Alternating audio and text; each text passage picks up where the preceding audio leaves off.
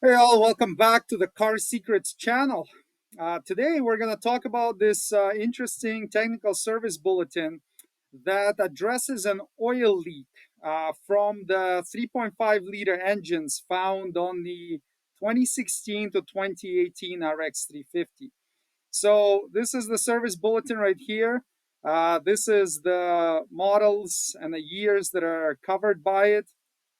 Here's the description. That's kind of what I told you about. So um, interesting thing about this oil leak is that it's not one that's easy to find. It would be oil leaking from the top of the valve cover, but it's not from the valve cover gasket, and you may be kind of stumped as to where this oil leak is coming from. So let's talk about that a little bit more as we get on further. So usually with a production change information, they will tell you the VIN or the serial number of the vehicle when the countermeasure was implemented, when the issue was repaired. But in this case, they're talking about the particular engine code, which might be a bit harder to find for you as a consumer. So you may need to have a technician to look at it.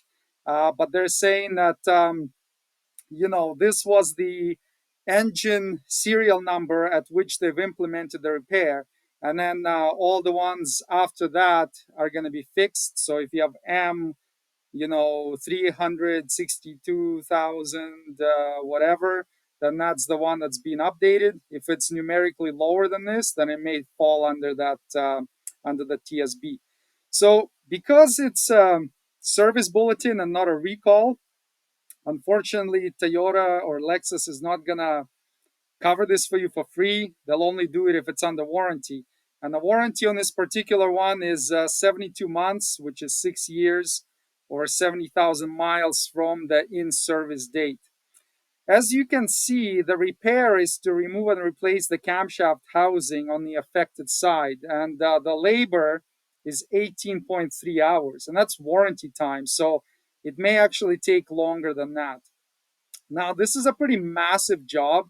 So it's not something that most people will be able to do in their backyard or in their garage. This is probably something that would need to go to a shop to have it done. But I more wanted to show you about this oil leak so that you know where to look for it. Because maybe if you're trying to find one and you don't know what's happening, this might help you. So these are the part numbers that they're telling you you would need to replace. So we have the old bolts and then the new bolts, they've updated them. But the main thing is the actual camshaft housing subassembly. So that's the cradle and the caps. It all comes as one that the camshaft rides in. And then some various gaskets that you would have to replace because you're, removing a bunch of components to access it.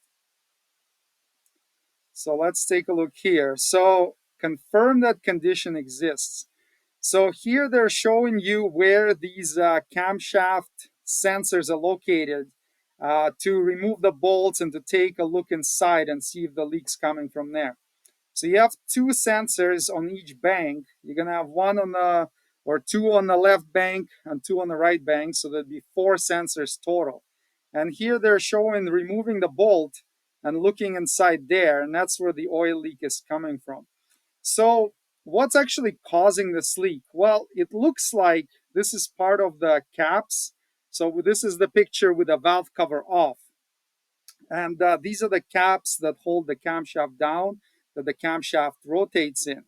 And it appears that the actual casting might be porous or have pinhole in it. And that's allowing the pressurized oil that's lubricating the camshaft journals to escape and travel up the bolt and leak outside.